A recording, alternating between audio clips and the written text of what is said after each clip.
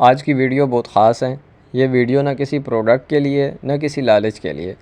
میں یہ ویڈیو اس لیے بنا رہا ہوں کیونکہ میں نے خود وہ غلطیاں کی جن کی وجہ سے میرے پرندوں کو نقصان ہوا، اور میں نہیں چاہتا کہ جو نیا بندہ اس شوق میں آ رہا ہے وہ وہی نقصان اٹھائے جو ہم نے اٹھایا۔ ہمارا چینل اصیل کنگڈم 47 کا صرف ایک مقصد ہے: قدرتی پرورش کو آسان بنانا اور لوگوں کے نقصان کو کم کرنا۔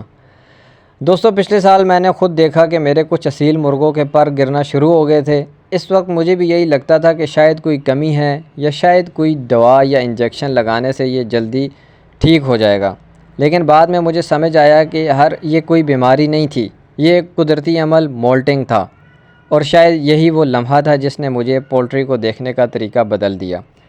السلام علیکم دوستو، امید کرتا ہوں تمام بھائی خیر و عافیت سے ہوں گے اور تمام دوستوں کا جو شوق ہے وہ اچھے سے جا رہا ہوگا۔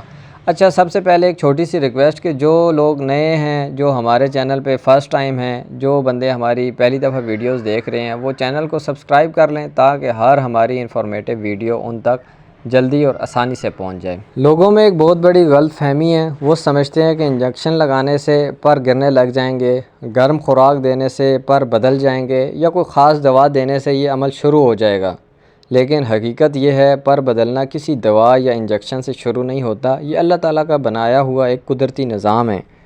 اگر آپ غور کریں تو چڑیاں، کبوتر، طوطے اور جنگلی پرندے یہ سب ہر سال اپنے پر بدلتے ہیں، لیکن انہیں نہ کوئی فیڈ دیتا ہے نہ کوئی دوا۔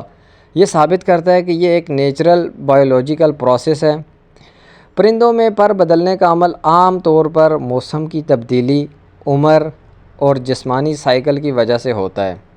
اس دوران پرانے پر کمزور ہو جاتے ہیں، جسم انہیں گرا دیتا ہے اور نئے مضبوط پر آتے ہیں۔ اس دوران جو ہے وہ اصل مسئلہ کیا ہوتا ہے؟ اصل مسئلہ پر گرنا نہیں ہوتا، اصل مسئلہ یہ ہوتا ہے کہ مرغا کمزور ہو جاتا ہے، خوراک کم کھاتا ہے اور غلط مینجمنٹ سے مزید کمزور ہو جاتا ہے۔ اس دوران ہمیں یا آپ کو کیا کرنا چاہیے؟ پروٹین والی خوراک، دانہ اچھے معیار کا ہو، ایسا ہو کہ اس میں پروٹین، کیلشیم وغیرہ زیادہ ہو۔ پروٹین کو اس ٹائم بڑھا دینا چاہیے۔ ہر وقت صاف ستھرا پانی ان کے پاس پڑا ہو، اس میں ملٹی وائٹامنز آپ انہیں استعمال کروا سکتے ہو، ORS وغیرہ استعمال کروا سکتے ہو۔ اس کے علاوہ ماحول ان کا صاف ستھرا ہونا چاہیے، وینٹیلیشن کا نظام ہونا چاہیے، سایہ اور ٹھنڈک ہونی چاہیے۔ سٹریس بالکل کم کریں، ان کو لڑنے اور جھگڑنے بالکل بھی نہ دیں، ان کو اپنے ہاتھوں میں بالکل بھی نہ اٹھائیں، کیونکہ مولٹنگ کے ٹائم پہ پرندہ تنگ ہوتا ہے، اسے درد ہوتا ہے کیونکہ وہ نئے پر اور نئے گلے وغیرہ نکال رہا ہوتا ہے۔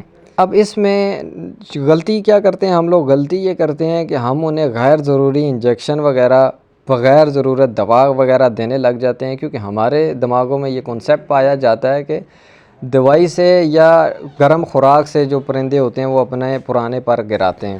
ہم اس چینل پر کوئی دوا یا پروڈکٹ بیچنے نہیں آئے، ہمارا مقصد صرف یہ ہے جو نقصان ہم نے اٹھایا وہ آپ نہ اٹھائیں۔